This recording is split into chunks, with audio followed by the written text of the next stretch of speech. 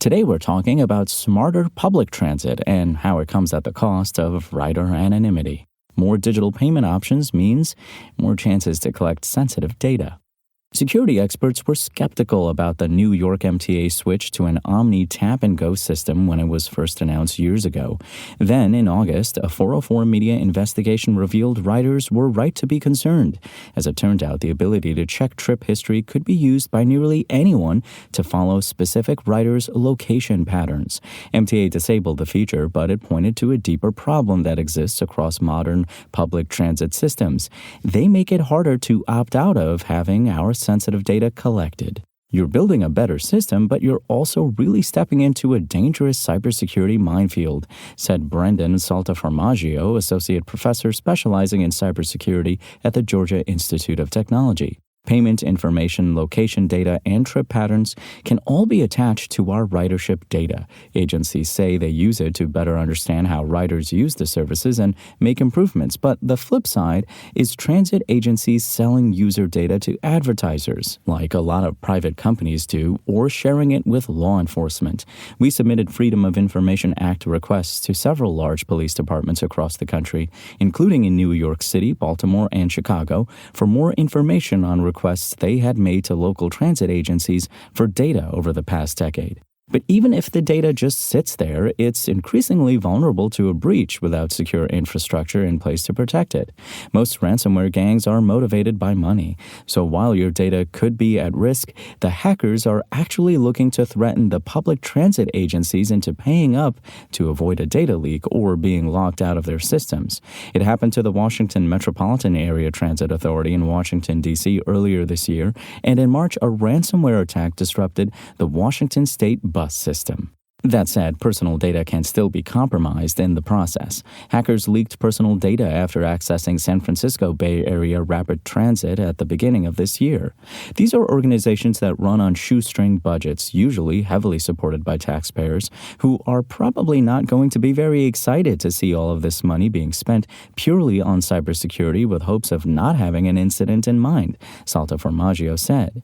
What exactly each agency does to protect your sensitive information varies widely. The Federal Transit Administration and the American Public Transportation Association both provide guidelines for agencies on how to handle the matter, but experts warn that agencies across the country are still vulnerable to attack and struggle to keep the data they have access to secure. Digitizing public transit payments makes sense, but while the public is leaning into going cashless, paper money will always be here to stay. If an agency tried to get rid of cash payments, they might face some serious backlash because a significant portion of people still use cash to ride transit, said Joshua Shank, managing principal at transportation and financial advisory firm Infra Strategies. Still, options to pay via an RFID-powered card, an app, or even a digital wallet all become popular ways to pay, especially because adoption to these newer methods often comes with perks like allowing riders free transfers between stations or services. Some credit card companies even offer incentives like discounts on rides by partnering with the transit agencies on non-cash payment options. Using exact cash to ride public transit is still possible in many places, but it means you lose out on the aforementioned perks. There are options to purchase a card with cash and still get those perks, but it's often much less convenient. To get a Connect card in Pittsburgh, I have to go to a third-party location in my neighborhood, buy a card for $1, and have cash out to reload it at that third-party location whenever it's empty. It costs $2.75 to ride the bus, so that card fare only adds up to about one-third of a ride. In New York, a physical Omni card costs $5, or one ride on the subway plus most of your next trip. It's worth noting that Omni currently has a deal selling cards for $1 at all Omni vending machines, but that's for a limited time only. Agencies stack on burdens for the consumer, incentivizing them to switch to data-collecting apps and RFID smart cards, almost punishing people trying to stick to cash, either because they value their privacy or because they're among those without consistent access to banking. It shouldn't have to be more annoying, more expensive, or both just to maintain some anonymity while commuting to work. There's not much you can do about it either. Like most data privacy issues, experts say we need federal regulation to put guidelines in place around how public transit agencies collect and use our data. Until then, it's just another way we're stuck exchanging our personal information for marginal convenience gains.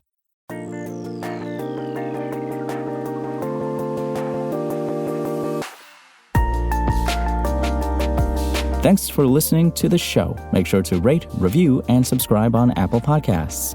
Today's show featured journalism by Gadget contributor Kate Malone and was produced by Spoken Layer. I'm Imran Sheikh, and we'll talk more tomorrow.